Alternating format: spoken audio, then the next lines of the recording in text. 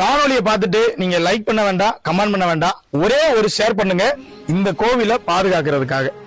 நான் இன்னைக்கு இருக்கக்கூடிய இடம் நம்ம ராமநாதபுரம் மாவட்டம் திருவாரணை வட்டம் புல்லுக்குடி அப்படின்ற கிராமத்தில் அமைஞ்சிருக்கக்கூடிய கைலாசநாதர் திருக்கோவில்ல தாங்க இருக்கிறேன். இந்த கோவிலுடைய தற்போதைய நிலைமை இதுதான்.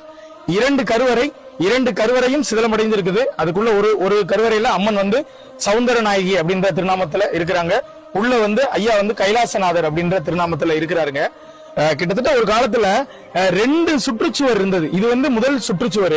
இதுக்கப்புறம் பாத்தீங்கன்னா இதுக்கப்புறம் வெளிப்பக்கத்துல இன்னொரு சுற்றுச்சுவர். அவ்வளவு பெரிய கோவில்.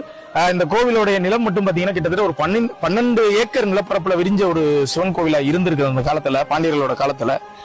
பாண்டிய மன்னர்கள் இந்த கோவிலை கட்டியிருக்காங்க. பின்னாடி வந்த இந்த சேதுபதி சமஸ்தான மன்னர்கள் எல்லாமே இந்த கோவிலுக்கு திருப்பணிகள் பண்ணிருக்காங்க. இது எல்லாத்துக்குமே இந்த கோவில்ல கல்வெட்டு ஆதாரங்கள் இருக்குது. ரொம்பவும் பழமையான சிவாலயம். ஆனா பெரிதளவுல யாருக்குமே தெரியல. இங்க தெரியாத சிவாலயங்களை தெரியப்படுத்துறதுதான் நம்மளுடைய ஒரு நோக்கம்.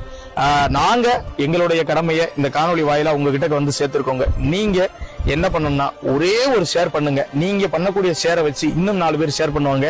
வெளி உலகத்துக்கு இந்த கோவில் தெரியப்படும்.